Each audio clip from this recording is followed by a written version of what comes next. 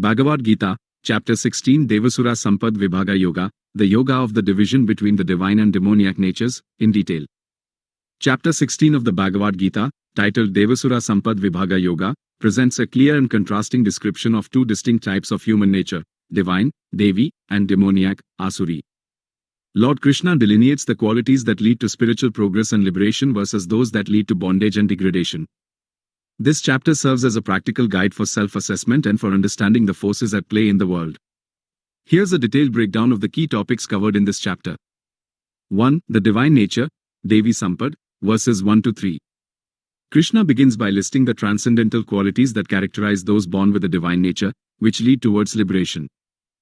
Fearlessness, Abhayam, steadfastness in spiritual knowledge and freedom from anxieties caused by material attachments. Purity of existence, Sattva Samsuddhi, internal and external cleanliness, both physically and mentally. Cultivation of spiritual knowledge, Janana Yoga Vivasthiti, firmness in the pursuit of self-realization. Charity, Dhanam, giving in charity without expectation of return. Self-control, Dhamma, restraint of the senses. Performance of sacrifice, Yajna, offering one's actions and resources for a higher purpose. Study of the Vedas, Swadhyaya, regular study of sacred scriptures.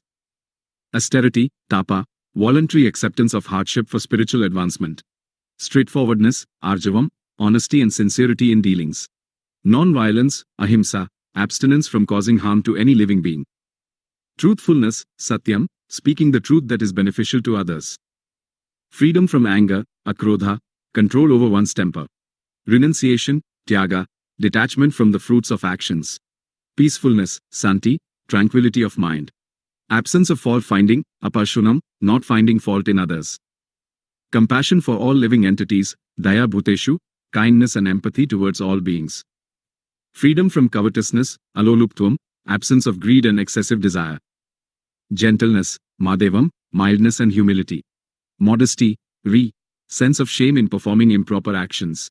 Freedom from envy, Akapalam, steadiness and absence of agitation. Energy, Teja, spiritual strength and enthusiasm. Forgiveness, Kshama, tolerance and the ability to pardon offenses. Fortitude, Dharti, perseverance and steadfastness. Cleanliness, Sokam, internal and external purity.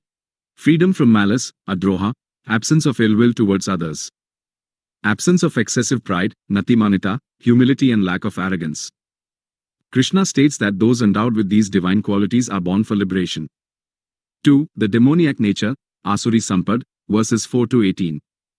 In stark contrast, Krishna describes the qualities of those born with a demoniac nature, which lead towards bondage and degradation. Hypocrisy, Dambha, outward display of religiosity without inner conviction. Pride, Darpa, excessive self-esteem and arrogance. Conceit, Abhimana, false sense of superiority. Anger, Krodha, uncontrolled rage and resentment. Harshness, Parushyam, cruel and offensive speech. Ignorance, Ajnanam, lack of spiritual knowledge and understanding. Krishna elaborates on the mindset and actions of those with a demoniac nature. Lack of faith in scriptures, Pravritimka Nivritimka Janana Vidurasura, they do not know what should be done and what should be avoided according to religious principles. Denial of moral order, Na Sokam Napi Kakaro Na Satyam Tesu Vidyet, they have no cleanliness, proper conduct, or truthfulness. Materialistic worldview, Asatyam Apratishtham Te Jagad Ahur Aniswaram, they believe the world is unreal, without any basis, and without a controller, God. Driven by lust and anger, Kama Masritya Dasapuram Damba Mana Madanvita, driven by insatiable lust, pride, and false prestige, they engage in abominable activities. Obsessed with sense gratification, Sintam Aparimyam Ca Pralayantam Upashrita, their anxieties are endless, lasting until death, and their primary goal is sense gratification. Belief in materialism as the ultimate goal, Kamopabhoga Parama Itavad Iti Nisita, they are convinced that sensual enjoyment is the highest aim of life. Bound by hundreds of desires, Asapasa Sater Baddha Kama Krodha Parayana, entangled in a network of countless desires and driven by lust and anger, they strive to accumulate wealth unjustly. Arrogance and false pride, Idamadya Maya Labdham Imam Prapasye Manoratham, they boast about their possessions and future acquisitions, thinking themselves powerful and happy. Envious and blasphemous towards God and devotees, Dvisto, Bhesuyaka, they are envious of others and blaspheme religious principles and devotees. Krishna states that these demoniac individuals, attached to lust and anger, are repeatedly born into lower species and ultimately descend into hell. 3. The three gates to hell, verses 21 to 22. Krishna identifies the three principal gateways that lead to degradation and hell: lust, kama, uncontrolled and insatiable desire; anger, krodha, uncontrolled rage and resentment; greed, lobha, excessive desire for wealth and possessions. He emphasizes that every sane person should abandon these three destructive forces. By freeing oneself from these gates of hell, one can cultivate qualities that lead to the highest destination. 4. The importance of scriptural authority, verses 23 to 24.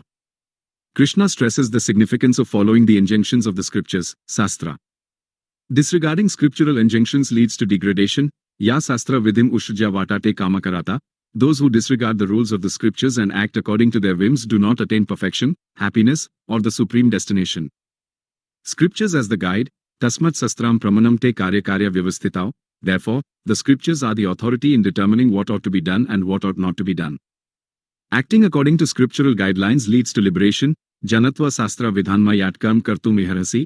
Knowing the injunctions of the scriptures, one should act accordingly to gradually elevate oneself. In summary, Chapter 16 of the Bhagavad Gita provides a crucial understanding of the two fundamental paths in life: the path of the divine nature, characterized by virtuous qualities leading to liberation, and the path of the demoniac nature, marked by negative traits leading to bondage and suffering. Krishna clearly delineates these opposing forces, urging Arjuna and all beings to cultivate divine qualities and reject the destructive tendencies of lust, anger, and greed. The chapter emphasizes the importance of scriptural guidance in navigating the complexities of life and attaining the ultimate spiritual goal.